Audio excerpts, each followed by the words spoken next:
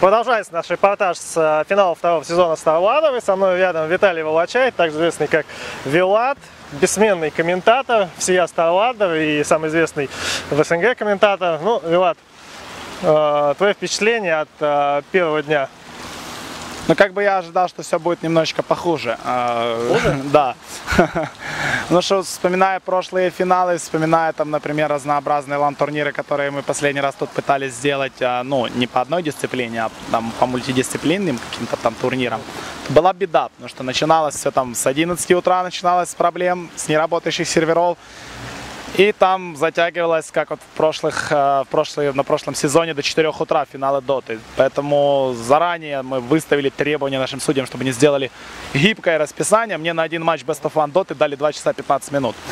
То есть вот этого мне хватает, и сейчас я доволен, потому что у меня есть время пойти покушать спокойно, и никто никуда не опаздывает, все знают расписание. Так что более-менее я пока еще не ощутил то, что турнир как-то так идет, пока все спокойно, тихо, народу не особо много. Ну, пока нормально, да. Ну, если кто не знает, я скажу, на предыдущем сезоне StarLadder задержки по доте суммарно составляли 25 часов. 27, по-моему, 27, да, 27, я твой да. блог читал, 27 часов ты писал. Я потом его и показывал у себя нашим судьям. Я говорю, ребята, 27 часов норм.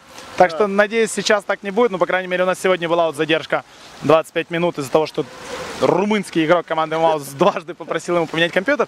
Но я его понимаю, он come with me, все дотеры его знают, он из дому стримит в 1080p в кристально чистой графике, у него там FPS меньше 60 не падает вообще никогда, поэтому он сюда приехал, ему кажется, что его завезли куда-то, я не знаю, в Бобруйск. Надо было предложить, чтобы он свой комп привез сюда. Не, ну как вариант, в итоге мы все-таки нашли выход, он нашел комп, который ему нравится, мы его за ним носим по целому клубу и все, на нем играет.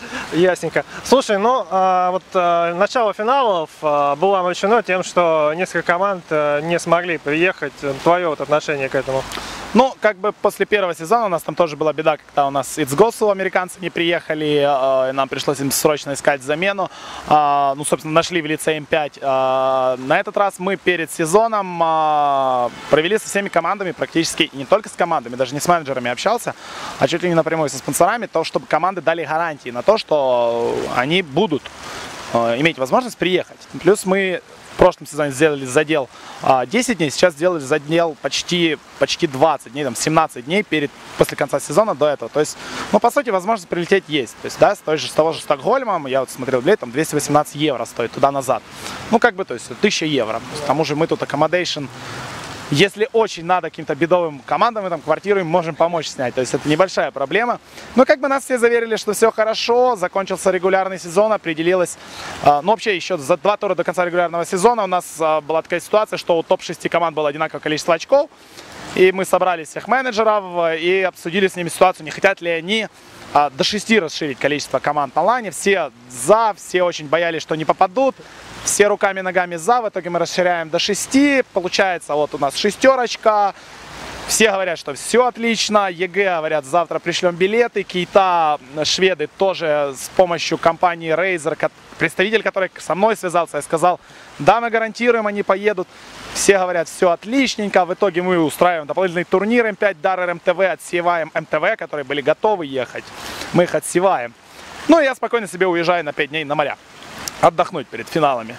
На морях я узнаю, что ЕГЭ решили, что в Киеве летать очень дорого, они лучше полетят на буткемп в Дании, который начнется во вторник. Логики я не вижу. Неужели полететь из Америки в Данию и там сидеть 4 недели, это вот определенное количество денег там на это надо, да? Неужели настолько больше надо полететь вот на лишних 5 дней в Киев? Непонятно. В итоге они отказываются за 4 дня до турнира, за 3 дня до турнира. Мы связываемся с МТВ, они просят сутки на раздумье, менеджер их здесь уже был 4 раза на Асусах, игроки тоже хотят в Украину. Они говорят, да, конечно, мы едем, мы делаем анонс, что не едем, на следующий день. Уже, кстати, после того, как они прислали 2 билета, на 2 игроков они же купили билеты. На 3 еще у них что-то там не получается, они не едут. Окей, мы приглашаем Empire, думаем, ну хорошо, 6 команд. Но в итоге команда Кейта, я не знаю, как это просто называть, то есть то ли надо какие-то договора подписывать, то ли, не, ну все-таки я знаю, какое должно быть решение, то есть мы должны настолько поднять свой призовой фонд, чтобы мы командам оплачивали перелет. Это единственное решение. Это единственное решение абсолютно для всех организаторов, то есть как бы вот у нас есть Point Blank, у нас есть BLC. Здесь организаторы, ну понятно, потому что это коммерческие дисциплины, они оплачивают перелет, проезд командам, поселяют их здесь и так далее. В доте, ну, дота у нас живет за счет того, что зарабатывается на стримах, грубо говоря, потому что, ну, нету спонсора на доту, никто не соглашается давать очень много денег. В итоге получается так, что мы вот этих 15 тысяч там нашкрябали, там кто-то дал, кто-то не дал, кто-то обещал, но дал, кто-то обещал, но не дал. В итоге у нас финалы стримятся не только на Twitch TV, а на Ovnet. Это и тонкий намек на того, кто не дал. Ну и в итоге вот получается так, что вот нету возможности, грубо говоря, встречать, ну то есть не встречать, а платить командам там перелет и так далее. Так что, ну, мы не можем там сильно на команды жаловаться. Они там попросили все прощения. Ну, я понимаю, сам был менеджером команды, сам понимаю, что такое нет денег, а хочется. Слушай, ну вот команды, которые вас подвели, вы какие-то санкции против них будете применять, там, не приглашать в третий сезон или как-то там, ну я не знаю, просто что еще можно кроме этого сделать? Ну, как бы мы вот после первого сезона команда, которая нас подвела, то есть с Госу, который сообщил за 2 дня, то есть они у нас со Стар-серии выпали в Про-серию. И в Про-серии они, собственно, отказались играть, поэтому они не участвуют. Старлады, собственно, через 2 недели эта команда распалась вообще. С того, как их отовсюду повыгоняли. Вот сейчас у нас такая ситуация, что вот команда ЕГЭ, вот они официально на сайте, и там в Твиттере, и везде, абсолютно везде, вплоть до того, что даже сама организация принесли извинения. Ну и мы решили, что мы сделаем вот по отношению к ЕГЭ, вот как бы они теоретически занимают 6-е место. 6-е место тоже призовое, там $500. Вот мы решили, что мы их просто лишаем этих $500. Они, конечно же, согласились на это. Кто $500 получит? Этих $500 мы будем докидывать сюда, на 5-е место. Потому что у нас получается какой расклад? У нас получается призовой фонд что-то там 6, 3, 2 тысячи, а за 5-е место, вот, которое сегодня определили, там 400, что-то типа того. Ну, и мы в итоге вот эти деньги докидываем. Я подумал, сюда. может, на моря снова. Не, мы эти деньги докидываем сюда, и за эти деньги смогли команде Маус Спорт снять отличнейшую квартиру вот здесь. Так что, ребята, не жалуются. Хоть кому-то мы, хоть кого-то ЕГЭ порадовали. Ну, а с Кейта, я не знаю, какие санкции принимать. Ну, не знаю. Наверное, никаких. Команда самобытная, это неизвестная организация, так что, ну, что мы сделаем?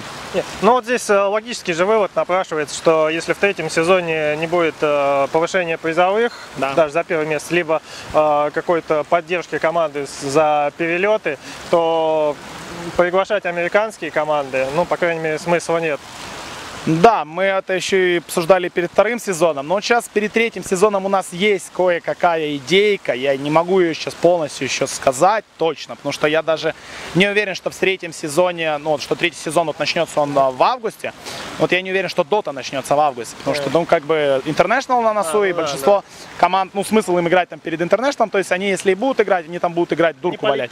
Да, дурку валять, то есть нам она не надо, поэтому я думаю, мы начнем в сентябре, и если так все получится, то в конце октября мы сможем здесь провести очень хороший лан-финал, на который приедут все команды. То есть я не знаю, будет ли это за счет увеличения хорошего призового фонда или за счет того, что мы им оплатим перелет, но, скорее всего, один из этих 2 пунктов мы сделаем. Потому что, но дальше тянуть нет смысла, и как бы есть желающие проспонсировать. Плюс к тому же огромное спасибо компании Valve, которая вот включила систему Dota TV платную. То есть каждый человек может смотреть стримы бесплатно. И вот начиная уже с этого лана, он может просто-напросто за $4 смотреть в игре сам.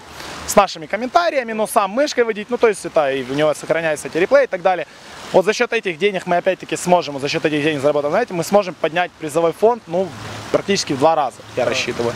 И я думаю, что вот за это время, вот до конца октября, после International у нас появятся еще партнеры. Они уже готовы, только они хотят увидеть, что это такое International, что это такое Dota. И я думаю, что в 3-м сезоне у нас получится все же собрать все сливки. Окей, вернемся к глобальному киберспорту. Вчера в ВЦГ радостная новость. Лол домой. У меня там некоторые знакомые с тупой инфаркт, сердце бьется. Вот. Поставили доту. Твои мысли по этому поводу?